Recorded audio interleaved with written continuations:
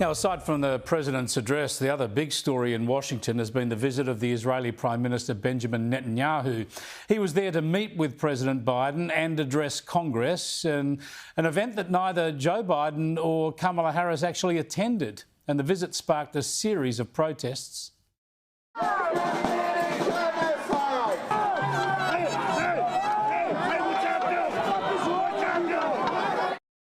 Inside the Capitol, the Prime Minister attacked the protesters. They stand with Hamas. They stand with rapists and murderers. They stand with people who came into the kibbutzim, into a home. The parents hid the children, the two babies, in the attic, in a secret attic. They murdered the families, the parents.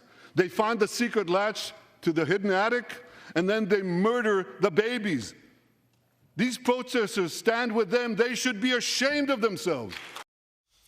They should indeed. I caught up with the former Foreign Minister Alexander Downer in California for his take.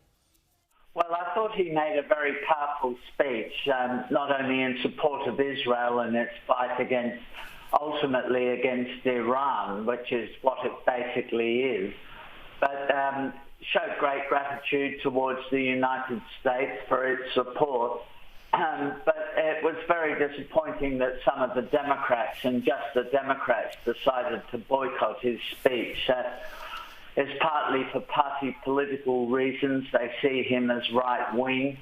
And also, of course, they're anxious about making sure they get Muslim votes in the United States at the presidential election. So boycotting the Prime Minister was a way of trying to win support from Muslim voters. But it's a very bad look, actually, and I don't think it did any credit to the Democrats behaving in that way. Of course, the dominant political story in the US would have been the address to the nation by Joe Biden. We've been waiting a long while to hear from him since he announced his withdrawal from the race for re-election via Twitter. What did you make of his address?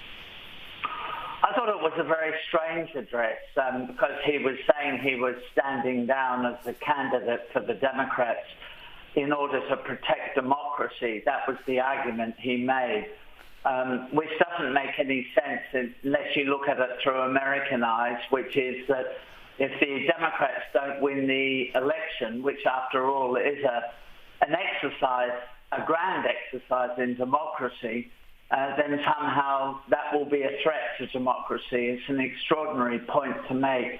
And I thought a very divisive point to make because it's divisive to say that if you don't win an election, that's a threat to democracy. It's a strange thing to say. It's a very partisan thing to say. And the speech was for a man who is the president of the whole nation calling for unity. To inject such a divisive and partisan component into the speech. So I thought it was poorly judged myself. Yeah, I'm fascinated to hear that because that's the paradox that I thought was at the heart of the address, and I mentioned that earlier in the program. There was another aspect to it that I thought was fascinating. It's borne out in this segment. Have a listen. There is a time and a place for long years of experience in public life.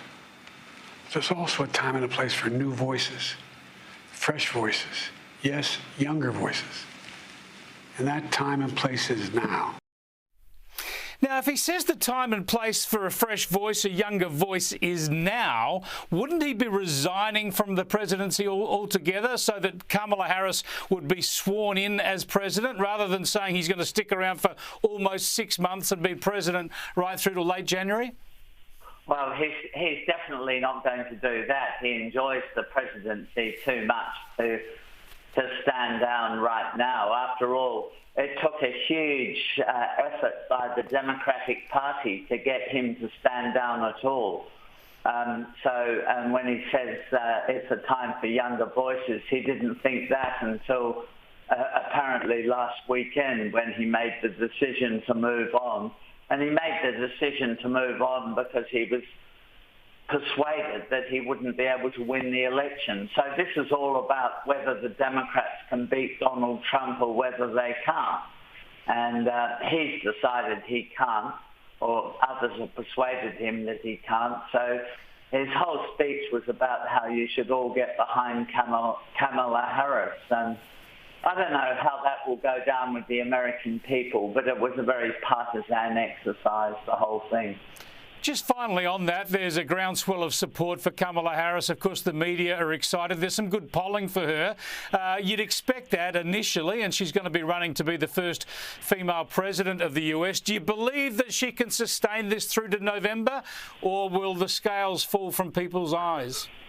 I think it's a 50-50 proposition, really. It depends what arguments the Republicans are able to make against Kamala Harris. They're going to focus very much on her being left-wing. You know, she was an attorney in San Francisco, which is the most left-wing part of the United States. She was the Attorney General of California, ditto, very left-wing part of the United States.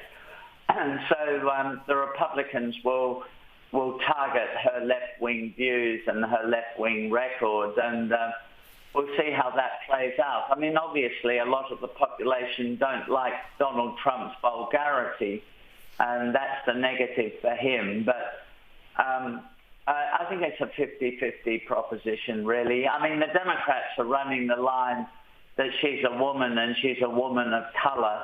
Whether voters care too much about that, I doubt that's going to be a winning argument. In the end, in politics, it's a battle of ideas, not a battle of your race or a battle of your gender. And so I suspect she'll have to come up with strong policies in order to win.